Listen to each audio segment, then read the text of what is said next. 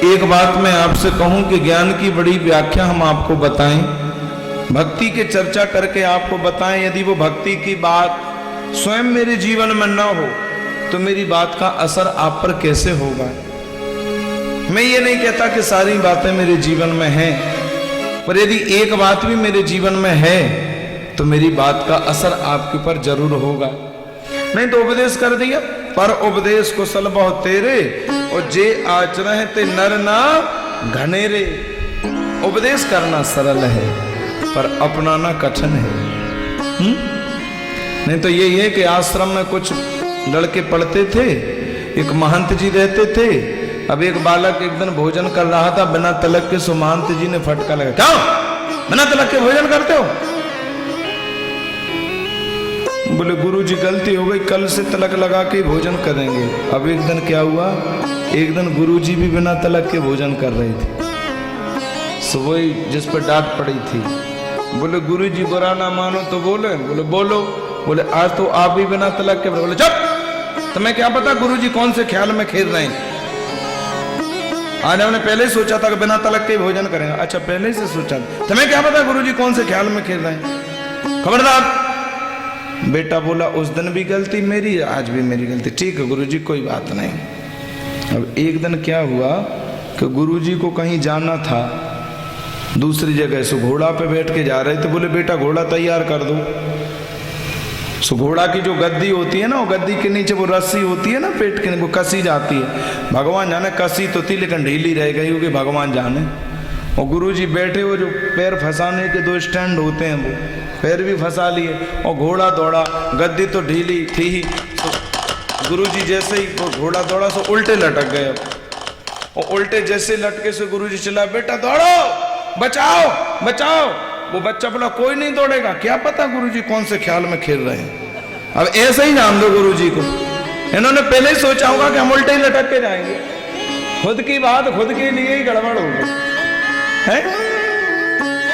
ऐसे किसी व्यक्ति के बेटा की मृत्यु हो गई थी, सो पूरा परिवार रो रहा है, अरे राम राम इतना बड़ा संकट महात्म छा गया।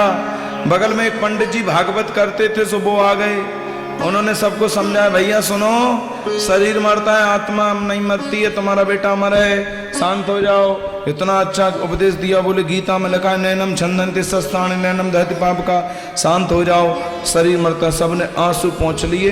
पंडित जी बिल्कुल सही कह रहे, इतना अच्छा उपदेश किया पंडित जी ने कि पूरे परिवार का दुख समाप्त हो गया।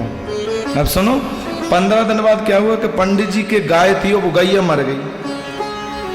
और पंडित जी जो रोए, हम आपको क्या बताएं, रोए नहीं रोए वो गिरे। हाय राम गाय मर गई, 5 लीटर दूध देती थी, हाय राम मर गई। अभी तो उधारी भी नहीं पटाई थी, पहले ही मर गई। और रोए वो गिरे, पूरा मोहल्ला इकट्ठा हो गया। लोगों ने पूछा क्या हुआ, बोले साहब गाय मर गई। अच्छा, वो पड़ोसी भी आ गए जिनका 15 दिन पहले बेटा मरा ही था, वो भी आगे। बोले पंडित जी शांत हो जाओ। क्यों? बोले तुम्हारा गाय का शरीर मरा है, आत्मा थोड़ी मरी है, आत्मा तो अमर है। गीता में लिखा है नैनम छंदन्ति शस्त्राणि नैनम दहति पाप का। चुप हो जाओ, गाय थोड़ी मरी है, गाय का शरीर मरा है, गाय की आत्मा तो अमर है। पंडित जी बोले आत्मा अमर है, आत्मा क्या दूध दे रही है? मेरी गाय मर गई तुम उपदेश करने आ गए। 5 लीटर दूध देती थी, आत्मा क्या दूध दे रही? शरीर ही तो दूध देता था, शरीर मर गया। तो वो सज्जन बोले 15 दिन पहले हमारा बेटा मरा था, तब तो बढ़िया बढ़िया ज्ञान बखान रहे थे तुम, है? आज तुम्हारी गाय मर गई तो ऐसे रो रहे जैसे सभी मर गए। तो पंडित जी ने बड़ी सुंदर बात कही जो मैं आपसे कहना चाहता हूं। पंडित जी बोले सही बात तो यह है भैया कि बेटा तो तुम्हारा मरा था ना, इसलिए मेरे हृदय से ज्ञान निकल रहा था, लेकिन गाय तो मेरी मरी है। किसकी मरी? बोले मेरी। तो सिद्ध होता है कि अपनों के मरने पर कितनी तकलीफ होती है। बोलो जय श्री कृष्ण। हजारों लोग रोज मरते हैं साहब, हमें कोई कष्ट होता है क्या? एक छोटा सा एग्जाम्पल ले लो, दैनिक भास्कर अखबार होता है, सवेरे 7 बजे आपके टेबल पे आप चाय पीते हैं, और यदि उसमें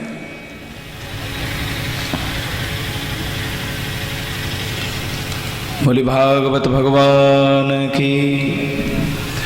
जो लोग चाय पीते हैं और वो अखबार में न्यूज पढ़ते हैं कि 500 आदमी मर गए, रेलवे दुर्घटना घट गई, तो क्या 500 लोगों के मरने की खबर से आपका चाय पीना बंद हो जाता है? जवाब दीजिए, बताइए। 500 लोगों की मरने की खबर पढ़ के क्या हमारा चाय पीना, नाश्ता बंद हो जाता है?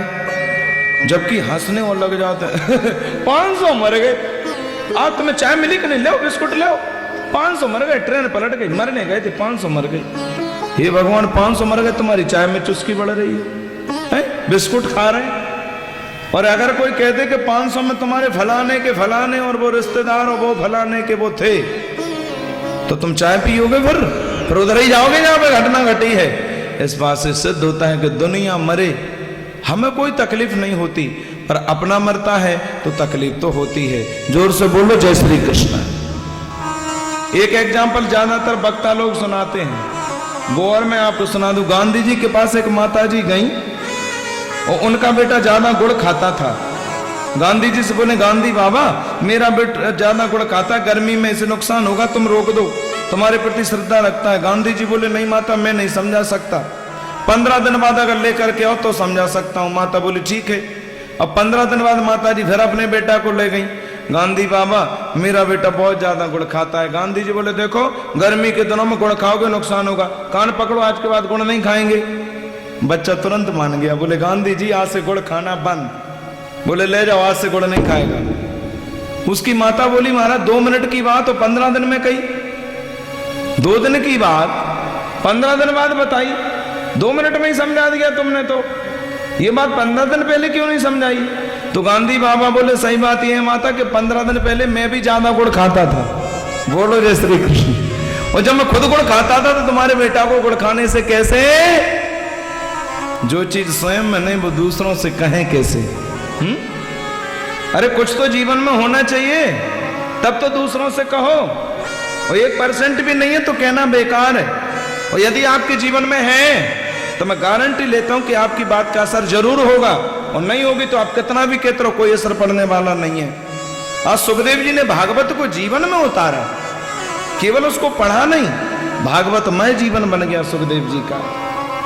ऋषियों ने पूछा, भागवत के वक्ता सुखदेव का जीवन इतना अद्भुत है तो भागवत के श्रोता परीक्षित का जीवन भी किसी से कम ना होगा। बताइए महाराज ये परीक्षित कौन है? और परीक्षित के बारे में जब पूछा गया तो सूत जी जरा गंभीर हो गए। क्यों? क्योंकि बोले परीक्षित के जन्म के बारे में मैं ज्यादा सुनाना जरूरी नहीं समझता, लेकिन फिर भी कहूंगा। क्यों कहूंगा? क्योंकि वक्षे कृष्ण कथोदयम, परीक्षित की कथा से कृष्ण की कथा जन्म लेती है, इसलिए मैं जरूर कहूंगा। और यहां से महाभारत का प्रसंग भागवत में आरंभ होता है, बहुत ध्यान से सुनेंगे। यदा मृधे कौरव संजयानम वीरे स्वथो वीर गतिम गतेषु ब्रकोदरा विद्यगदा विमल्सु भगनो रुदंडे धृतराष्ट्रपुत्रे। महाभारत एक धर्म युद्ध था। जिसने धर्म का साथ दिया उसे पुरस्कार मिला, जिसने अधर्म का साथ दिया उसे दंड मिला। चाहे वो भीष्म पितामह हो, चाहे वो द्रोणाचार्य हो, चाहे वो कृपाचार्य हो, चाहे वो कर्ण हो, चाहे वो दुशासन हो, चाहे वो दुर्योधन हो। महाभारत अपने आप में इतना विशाल ग्रंथ है कि 1 लाख श्लोक हैं। पूरा महाभारत नहीं है भागवत में, लास्ट का पार्ट जोड़ दिया। क्यों? क्योंकि ऋषियों ने पूछा कि परीक्षित कौन है, या परीक्षित की कथा सुनाएंगे तो महाभारत में तो जाना पड़ेगा। तो पूरा महाभारत सूत जी ने नहीं सुनाया, उसका अंत का प्रसंग भागवत में जोड़ा, केवल परीक्षित के जन्म की बात बताई। मैं ज्यादा ना कहकर के केवल इतना कहूंगा, सज्जनों आप लोग प्रबुद्ध श्रोता हैं, बहुत सत्संगी कथा सुनते रहते हैं आप लोग, और मुझे तो पता चला है कि जगना में तो बिल्कुल भागवत पे भागवत ही चल रही है।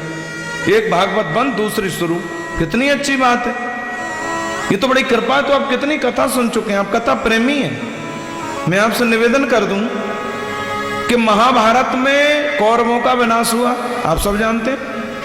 पांडवों को विजय मिली। धृतराष्ट्र के 100 बेटा में से 99 बेटा मर गए, पांडवों को विजय मिली। केवल गांधारी का इकलौता बेटा बचा था लास्ट का, जिसका नाम है दुष्टराज दुर्योधन। बहुत ध्यान से सुनना। दुर्योधन और भीम का युद्ध हुआ। भीम ने एक ऐसी गदा मारी कि दुर्योधन की जंगा टूट गई। कुरुक्षेत्र के मैदान में अपनी अंतिम सांसों को गिन रहा है। इतने में क्या हुआ, गुरुदेव द्रोणाचार्य के बेटा अश्वत्थामा वहां से निकल के जा रहे थे। अश्वत्थामा ने जब दुर्योधन को उस परिस्थिति में पड़ा देखा तो तुरंत पूछा, किसने की है तुम्हारी दुर्दशा? बोलो, किसने किया है तुम्हारे साथ दुर्व्यवहार?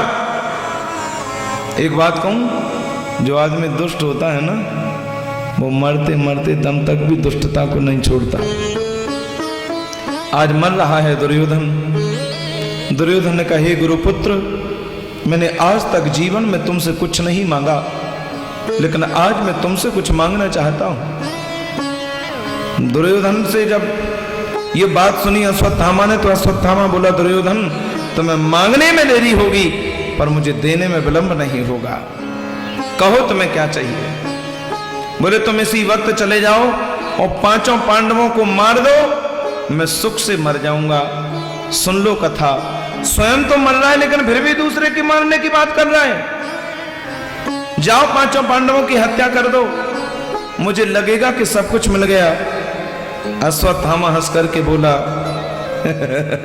अरे ये कौन बड़ी बात है, पांडवों को मारना मेरे बाएं हाथ का काम है। तुम तो ये समझना कि कल का सूर्य बाद में उदय होगा, पांडव पहले मर जाएंगे, आप चिंता मत करिए। नग्न तलवार लेकर के साय साय करके ठंडी ठंडी हवा चल रही है, अर्धरात्रि का समय है। अश्वत्थामा ने प्रतिज्ञा ली है कि आज इसी तलवार से 5 भाइयों का कत्ल कर दूंगा। एक बात यहां समझने की यह है कि महाभारत के तो जाड़ों के दिनों में हुआ था जी, क्योंकि गीता जयंती आती है ना मार्गशीर्ष महीने में। मार्गशीर्ष माना अगहन। तो पहले भगवान कृष्ण ने अर्जुन को गीता सुनाई 18 दिन में 18 अध्याय, और गीता सुनाने के बाद में ही महाभारत हुआ। तो आप ये समझिए कि दिसंबर जनवरी का कड़ाके की ठंड होती है। दिसंबर जनवरी में तो साय साय करके ठंडी हवा, खुला मैदान, कुरुक्षेत्र में सभी पांडव अपने अपने कक्षों में सो रहे, तलवार लेकर के ये गया। लेकिन एक बात है, जाको राखे साइया मार सके ना कोई, बाल न बांका कर सके, जो जग वैरी हो, जो जग वैरी हो। अरे जिसका रक्षक मेरा गोविंद, जिसका रक्षक मेरा मुरलीधर, अरे उसका कोई क्या बिगाड़ सकता है।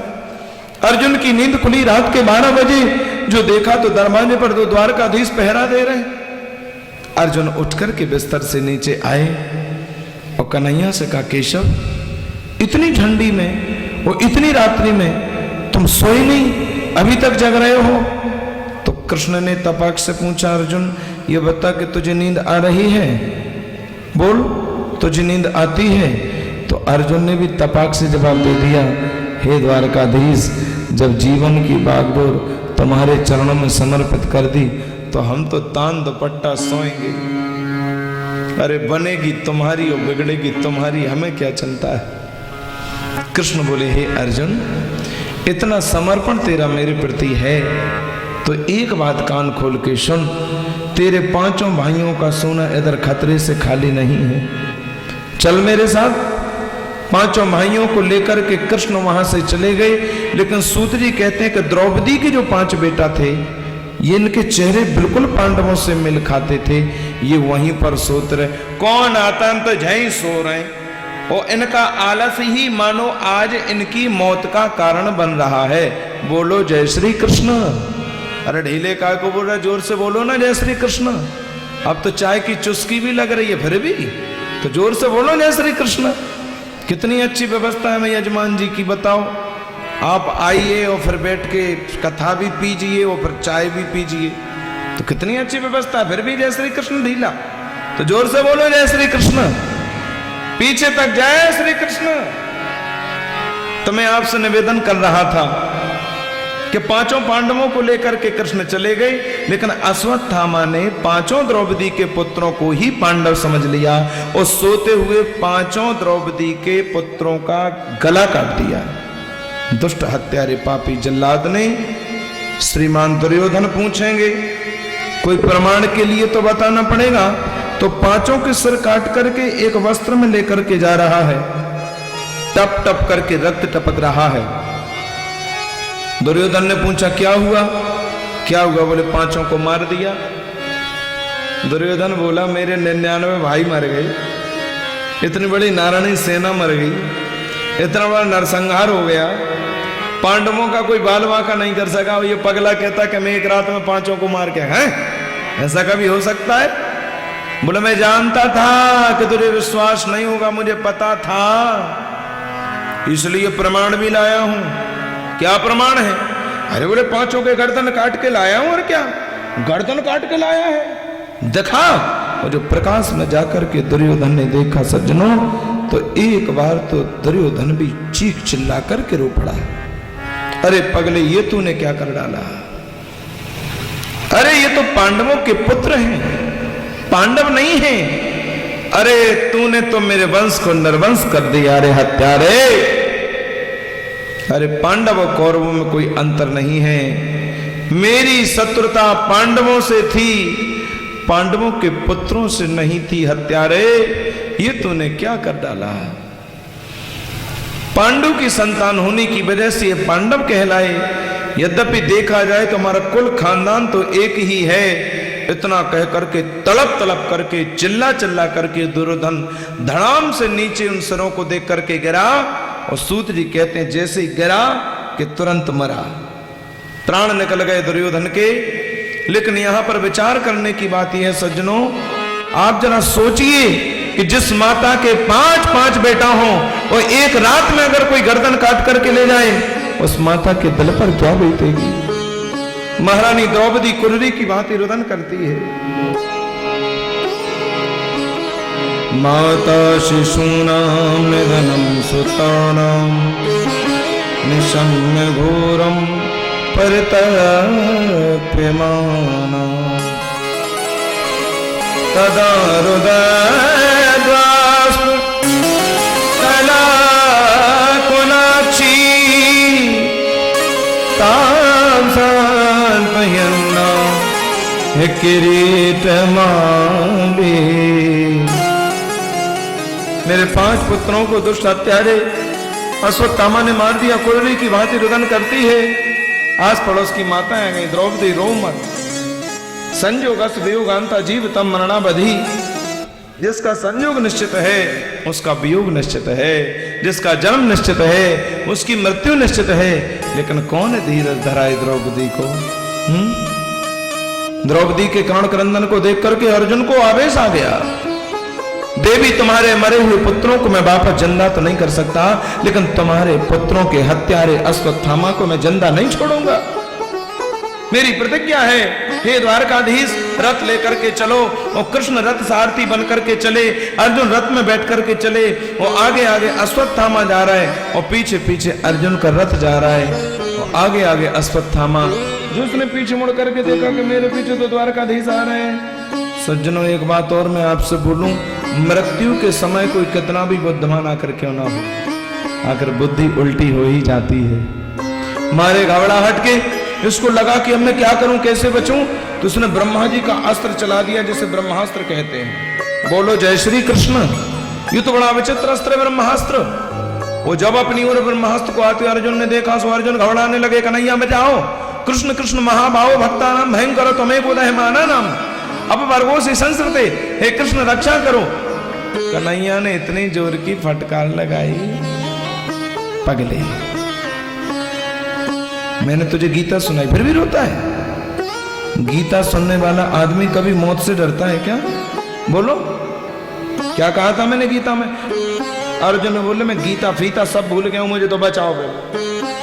तो मैं गीता की पढ़ी है, इधर हमारे प्राण जा रहे। अरे पहले बात तो सुनो, अभी तो दूर है ब्रह्मास्त्र। मैंने गीता में क्या कहा था?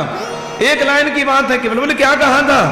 बोले गीता में कहा था कि तस्मात् सर्वेषु कालेषु माम अनुस्मर युद्ध च। हे अर्जुन, तू युद्ध भी कर और मेरी याद भी कर। अगर केवल युद्ध करेगा, मेरी याद नहीं करेगा, युद्ध में हार जाएगा।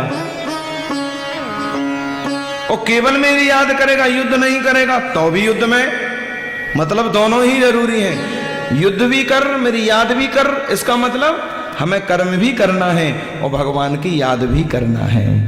हम केवल कर्म करेंगे, भगवान की याद नहीं करेंगे, तो हम सफल नहीं हो सकते। और केवल भगवान को ही मनाने लगे, कर्म ना करे, तो भी काम नहीं चलेगा। दोनों ही जरूरी है, ये गीता कहती है। और तुम कहते हो कि ब्रह्मास्त्र मुझे मार देगा, तो शास्त्र ये बात और कहते हैं, बोले क्या? विषस्य विषमौषधम। देखो भैया, जहर की औषधि जहर ही होता है। अगर किसी आदमी को सांप काट ले, भगवान ना करे कि किसी को काटे, हम तो कह ही रहे, अगर किसी को काट ले तो हमें ये झाड़ा फूंका के चक्कर में नहीं रहना चाहिए। सुनो, ये झाड़ने फूंकने के चक्कर में मार वाल लेते हैं उसको, ये फूंक और ये झाड़ और ये।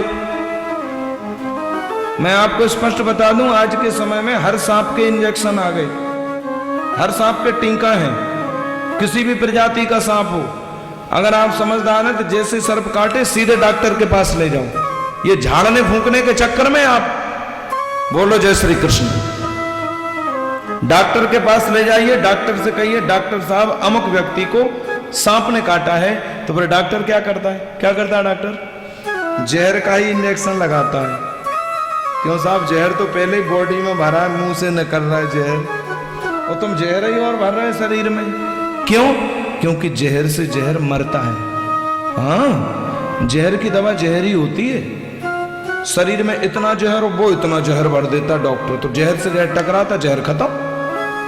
अगर आपको लोहा काटना हो, अगर पतला वाला धारदार लोहा ले लो और इस लोहे पर चला दो, तो धारदार लोहा से मोटा लोहा कट जाता है। तो लोहा, लोहे से लोहा कटता है ना।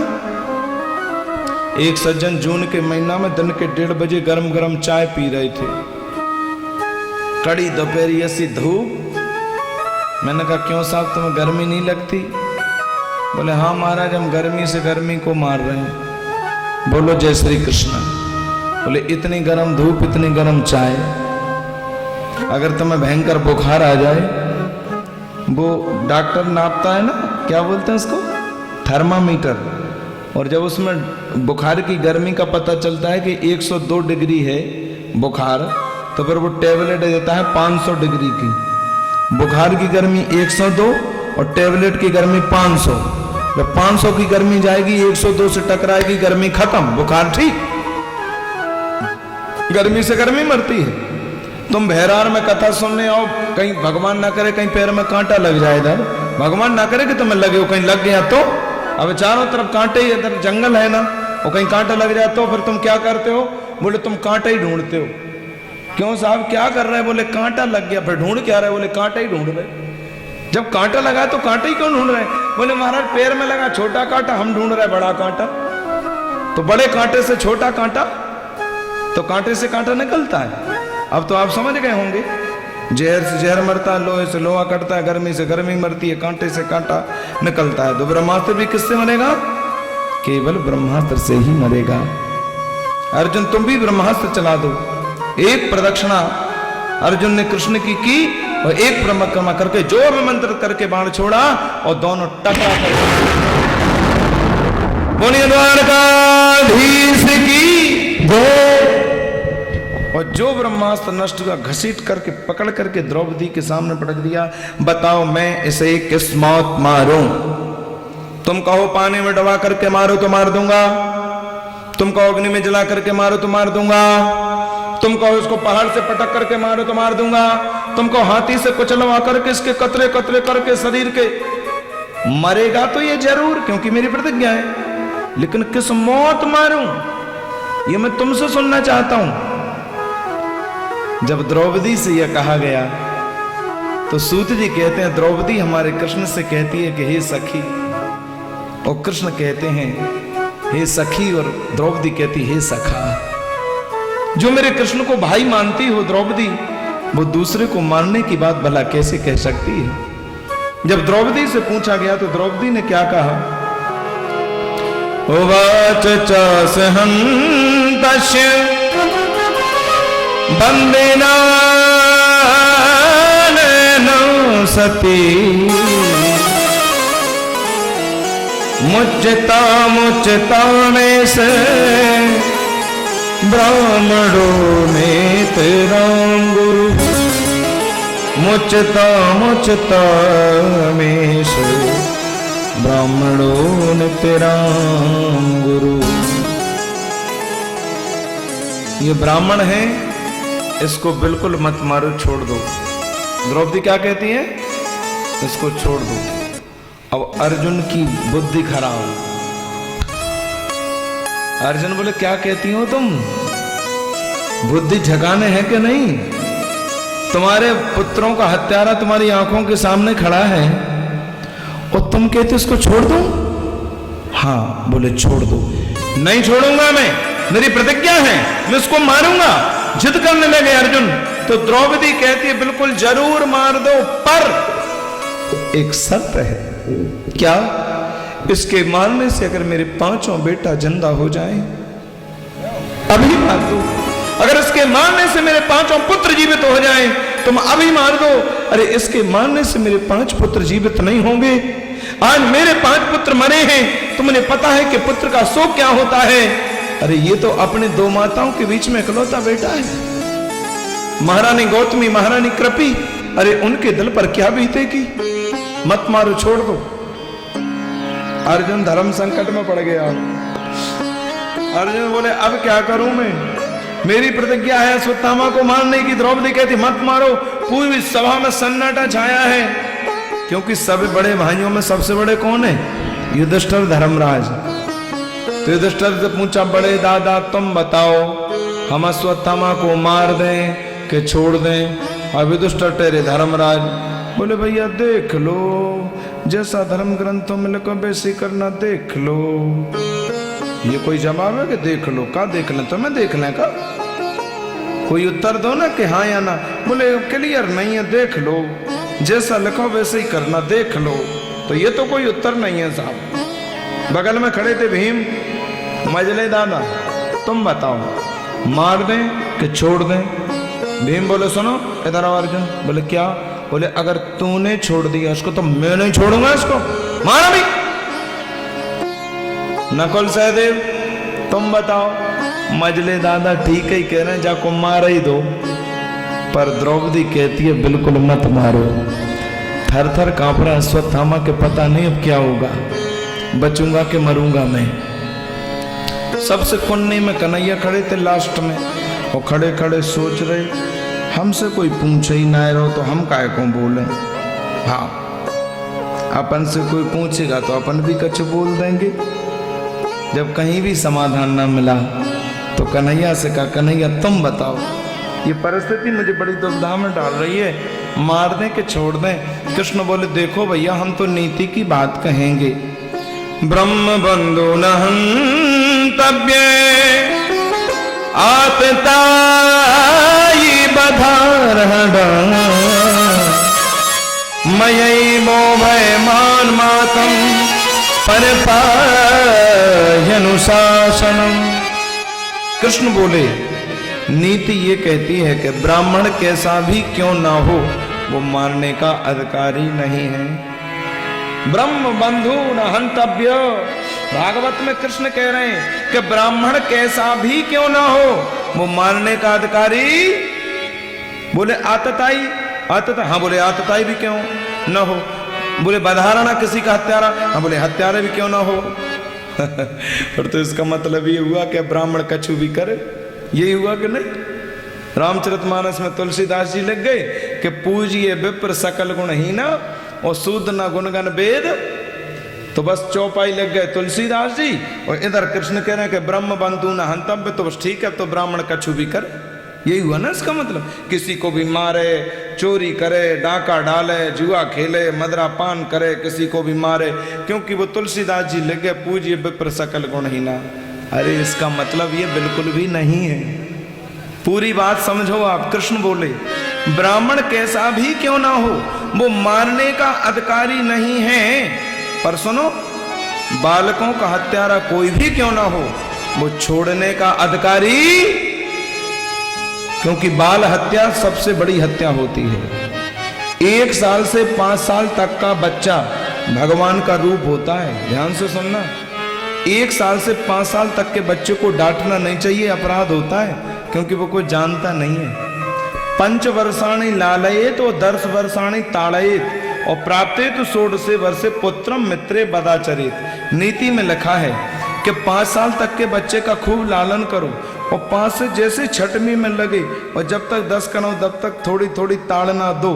और प्राप्तेत 16 वर्षे, जैसे 15 पार करके 16 में लगे और कंधा से ऊपर बच्चा की साइज हो, सो डांटना बंद और पालना बंद।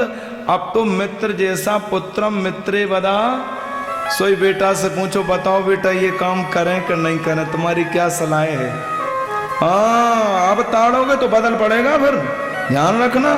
फिर ताड़ना बंद कर दो, फिर तो उसको फ्रेंड बना लो। पुत्रम मित्रे बदा।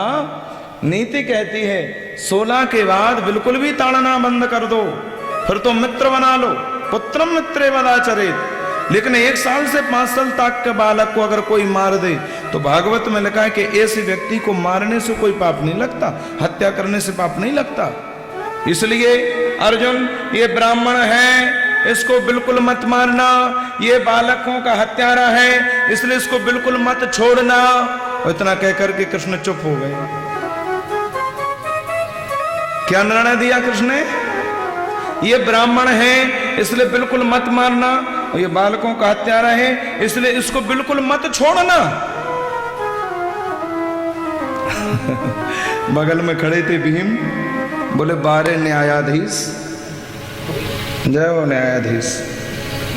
अब भीम ज्यादा ही बोलते थे कछु कृष्ण से, क्योंकि बड़े तो हैं ही उम्र में। भीम बोले, सुन ए कन्हैया, बोले कान खोल के सुन मेरी बात। बोले का? बोले तेरे जैसे न्यायाधीश अगर 2-4 पैदा हो जाएं तो पूरी न्याय व्यवस्था ही चरमरा जाए। ये कोई निर्णय है क्या? बोले कैसा? बोले कह रहा है ब्राह्मण है सो छोड़ दे और हत्यारा है सो मार दे। अब दोनों काम कैसे हो सकते हैं? मारना भी है, छोड़ना भी है। मारना भी नहीं है तो फिर छोड़ना भी नहीं है। कन्हैया बोले, ए भीम दादा, तुमने शरीर की कसरत तो खूब करी, अब बुद्धियों की करो। क्योंकि इनके घर में जब भोजन बनता था ना, तो आधे भोजन में तो पूरा खानदान और आधे में अकेले भीम। ये भोजन भट्ट है साहब। तुमने शरीर की कसरत तो खूब करी, अब बुद्धि की करो। मैंने जिनको गीता सुनाई, वो जो करेगा सो ठीक ही ठीक करेगा। अब लोगों को भी बड़ा आश्चर्य के पता नहीं होगा तो होगा क्या है, दोनों काम कैसे हो सकते हैं।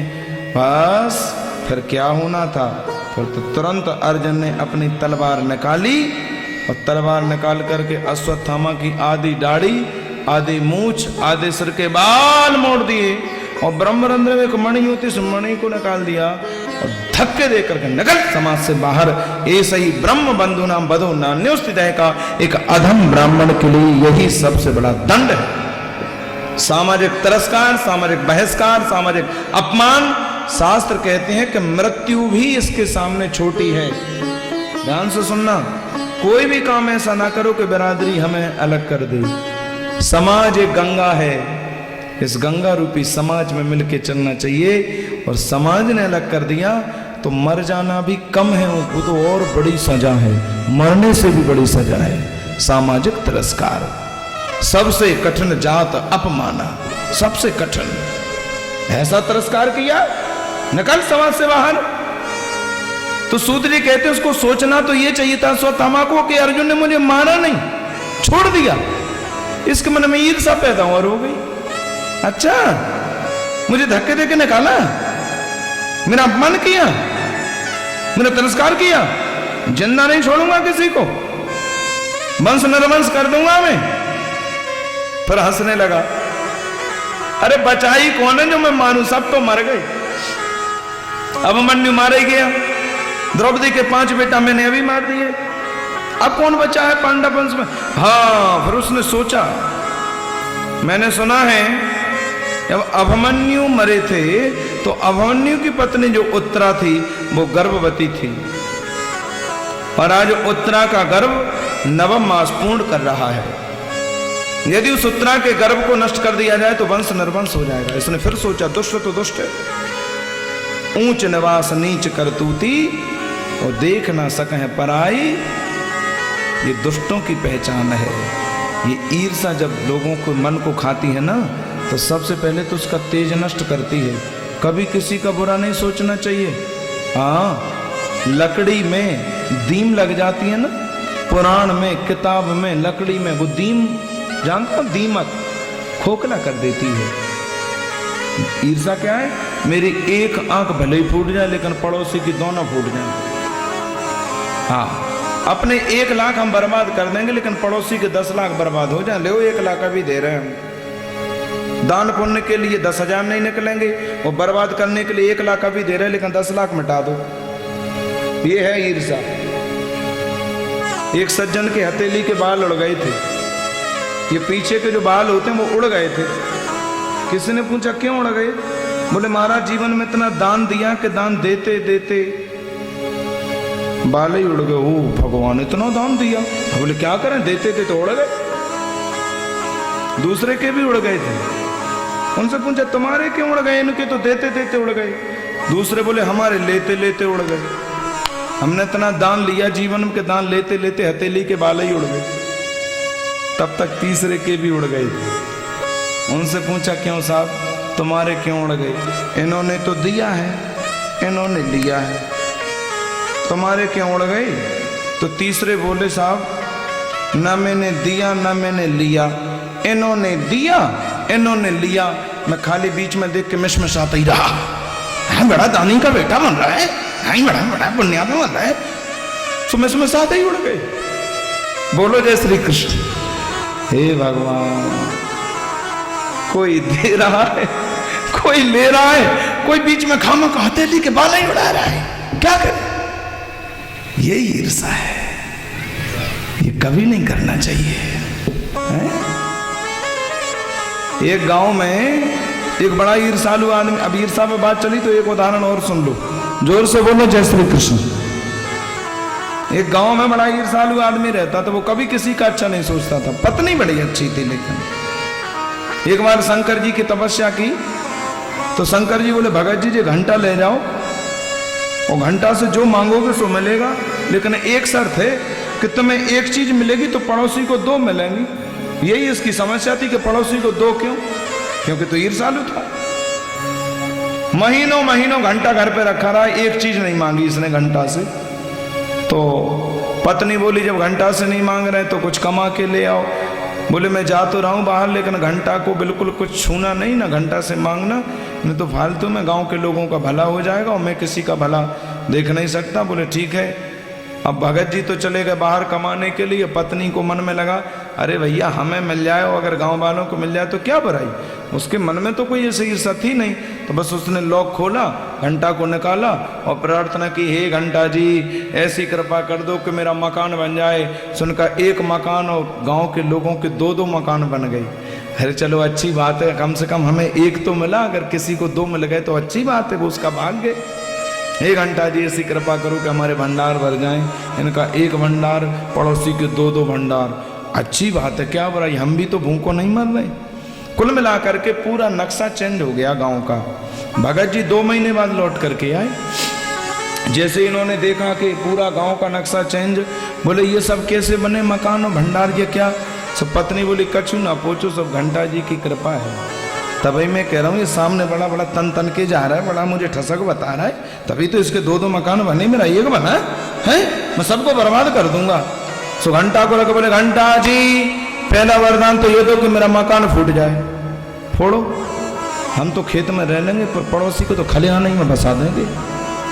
हाँ फोड़ो फोड़ो, फूट गया सो सबके तो फूटना ही है। दूसरा वरदान ये दे दो कि हमारे भंडार खाली हो जाए। बताओ ये कोई मांगता है?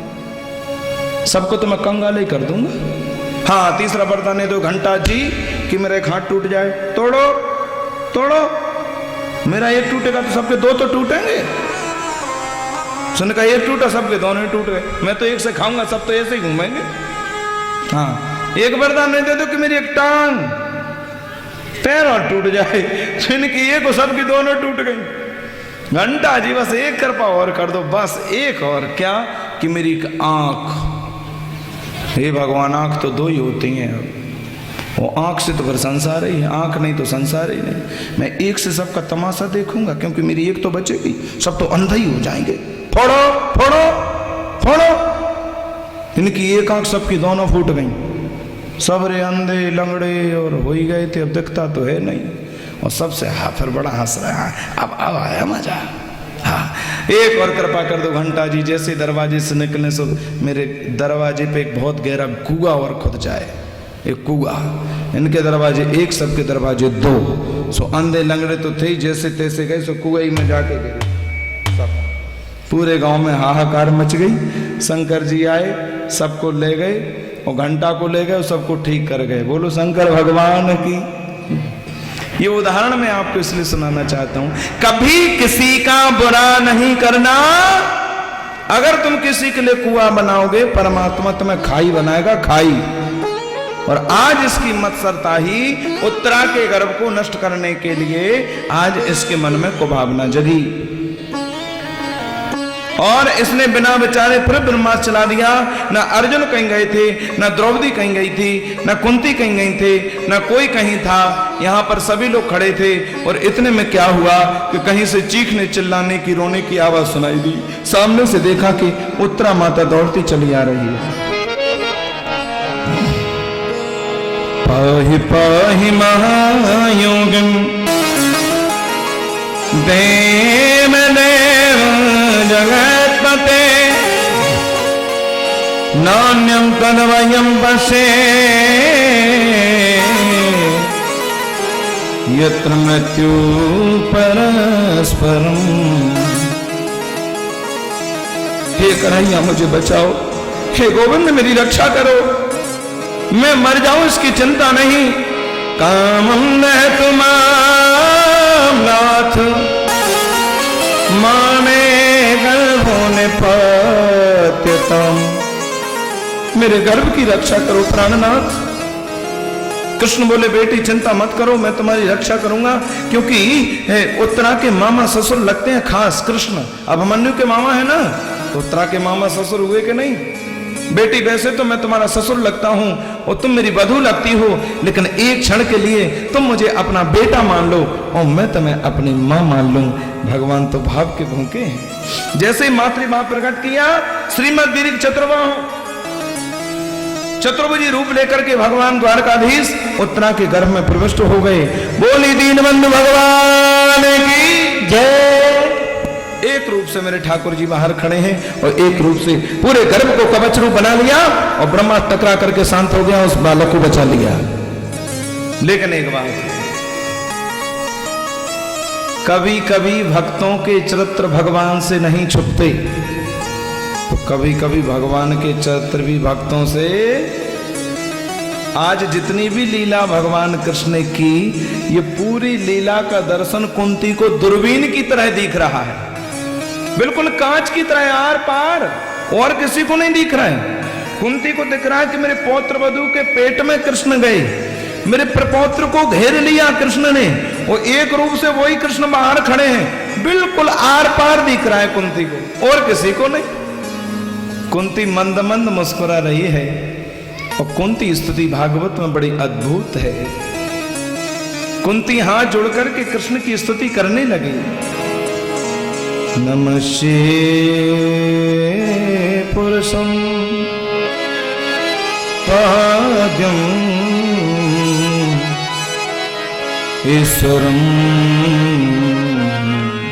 प्रकृते परम्। नमस्ते पुरुषं पाद्यं ईश्वरं प्रकृते परम। कश्य केवल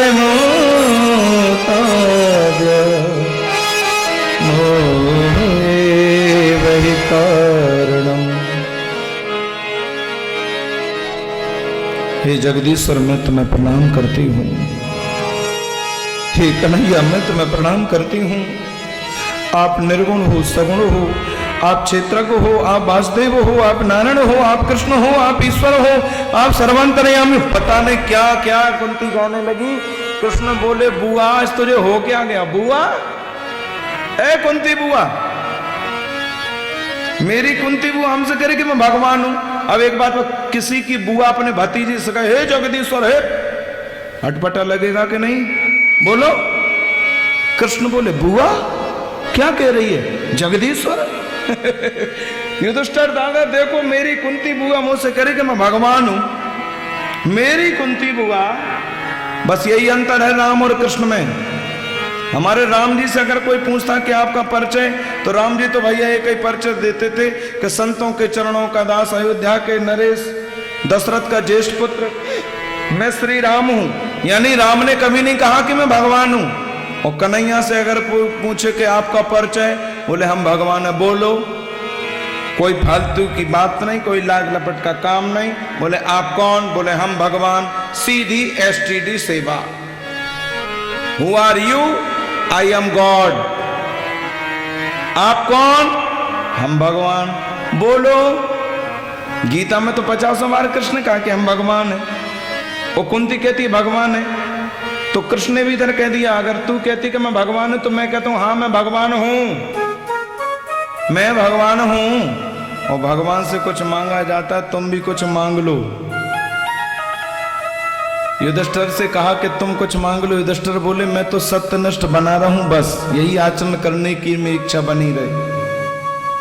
भीम से कहा तुम कुछ कहो। भीम बोले हमें तो यही दे दो, लोग कहते हैं हम खाते बहुत हैं, तो खाते खाते तुम्हारी याद बनी रहे बस। अर्जुन बोले शिष्यस्तेहम साधमम त्वं प्रपन्नम, तुम मेरे गुरु और मैं आपका शिष्य, बस यही भावना बनी रही। नकुल सहदेव तुम बोले हमें तो केवल चरणों की भक्ति दे दो। लेकिन यहाँ पर कृष्ण की सगी बहन सुभद्रा अर्जुन की पत्नी खड़ी है, ये कहती है कृष्ण त्वदीय पद पंकज पंजरांते, अद्य में विसुत मानस राजहंस, प्राण प्रयाण समय कबबात पित्तई, कंठावरोधन विदौ स्मरणम कुतस्ते। ये कहती हे कन्हैया, आपके चरण कमल एक पिंजरा है, मेरा मन एक हंस है, मेरा मन रूपी हंस आपके चरण कमल रूपी पिंजरे में फंस जाए, बस यही वरदान दे दो। कृष्ण बोले क्या कहती हो सुभद्रा तुम? बोले आपके चरण कमलों में मेरी रति बनी रहे। लेकिन यहीं पर खड़ा है एक विशेष पात्र जिसका नाम है कुंती। कुंती ने तो बड़ा अद्भुत मांगा। कुंती से कहा तुम कुछ कहो। कुंती बोली मांगते तो वो हैं जिन पे कुछ होता नहीं है, ठाकुर जी की कृपा से मेरे पास में तो सब कुछ है। बोले क्या? जिस देश में जिस भेष में परवेश में रहो, राधा रमण राधा